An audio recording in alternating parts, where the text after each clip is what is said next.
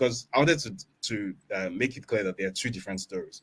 The drug story is one, and then the certificates and perjury story is a different one, which came out this week. Now, that story is based on the deposition, the INEC EC9 deposition, the declaration that Bola Tinubu submitted to the Independent National Electoral Commission. Bear in mind that this is a sworn statement. It's an affidavit. So basically, if you lie on this statement, you are committing perjury, which is a criminal offense. Now, on this statement, the date of birth that he gave, the university degree certificate that he submitted, the nationality or the lack of nationality that he claimed, all these have been proven to be false. How have they proven to be false? So a lawyer who is currently in court with Tinubu, he filed a criminal complaint against Tinubu by the name of Mike Enahoro Eba. If you remember at the outset when I said that INEC didn't want to release Tinubu's EC9 form, and this lawyer went to court with INEC, and INEC was then compelled to release this form. After getting hold of this form and seeing what was written on it, this lawyer then contacted his colleagues in Chicago, a law firm called Leahy, Eisenberg, and Frankel, and briefed them, retained them to basically do an investigation on these records as stated on the form. So this law firm sent out subpoenas to Deloitte LLP, which is a consulting company that Tinubu claims to have worked for, sent out a subpoena to Chicago State University, which Tinubu claims to have graduated from, and to Richard Daley College, also in Chicago, where Tinubu claims to have gone. And I think also to Anderson Tax, because Tinubu has also claimed to have worked at Arthur Anderson previously, before it went defunct.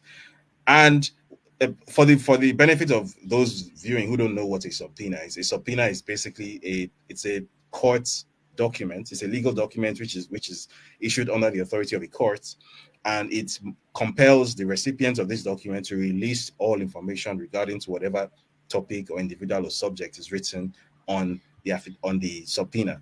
So the subpoena that went to Deloitte, the subpoena went out on September 16. The response came back September 22, and the response simply said, "We don't know this guy. We don't have any records for Bola A Tinubu. No employment records for him. He has never worked for us." The subpoena that went to Anderson Tax, we didn't get a response, at least not yet. The subpoena that went to Chicago State University, we got a voluminous response. Basically, all their records, everything that had to do with the person they had on file, called Bola A Tinubu. And this was where it got very interesting, because there is prima facie evidence from the records that they submitted showing that the person they admitted, called Bola A Tinubu, is not the person that we know of today as Bola A Tinubu.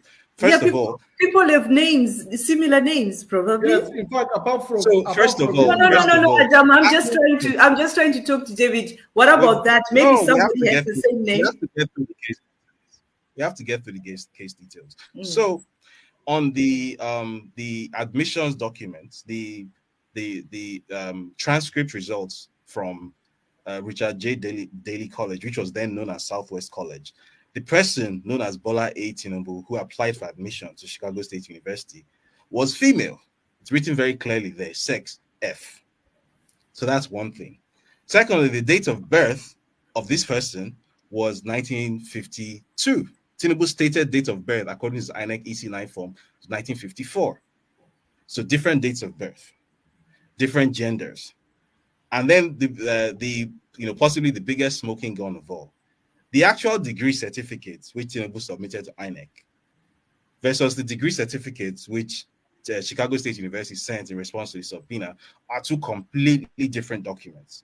So the degree certificate subpoena from Chicago, bear in mind that this is a certificate which is a direct and exact reproduction of the original degree certificate that was issued to Bola A Tinubu, right? It's an exact reprint of the certificate that was initially issued. So any certificate purporting to be that certificate should look the exact same as that certificate. But what do we see? The certificate, yeah. So the certificate submitted to INEC, first of all, the logo of the university on that certificate is different to that which Chicago State University sent in response to the subpoena. Different logos, The signatures are different. They're by different people. There are different fields on the form. There are different data points on the form. The font on the form, two completely different font systems. The wording of the degree certificates are different. On the supposed degree certificate submitted to INEC, there are two grammatical errors. And then worst so of all, what is INEC saying about this? What is INEC saying about this? Hang on. Just hang on. I haven't finished. And then the dates on both certificates are different. So on the one on the one from Chicago State University, it says that this degree is awarded on the 27th of June 1979. On the one sent to INEC, it says this degree is awarded on the 22nd of June 1979. So clearly, the one submitted to INEC is a forgery. It's not the certificate that was awarded to Bola A. Tinubu. Now, what makes it worse when you drill down further? I don't know how long you spent reading the story. When you do a little, just a very small online search, like you literally just search fake Chicago State University certificate on Google. Very basic. This is not an investigation. 1 inch deep kind of research. You come across a repository on a website called Pinterest. I'm sure you know what Pinterest is. And you find a picture repository belonging to a platform called diplomamakers.com.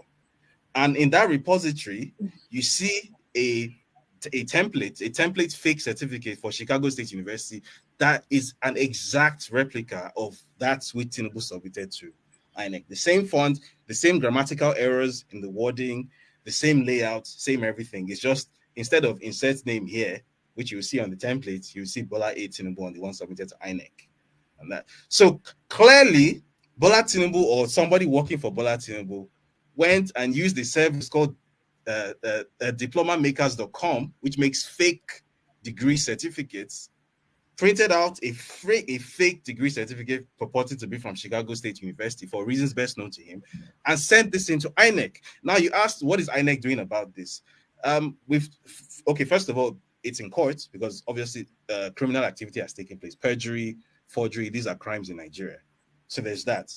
Secondly, INEC on its own does not have power to do anything.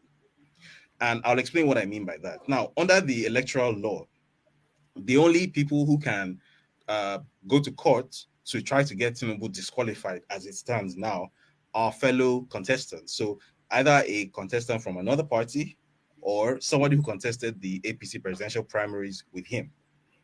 So an ordinary citizen cannot go to court to compel INEC to disqualify him. INEC on its own apparently does not have the power to verify certificates or to disqualify candidates. Only the courts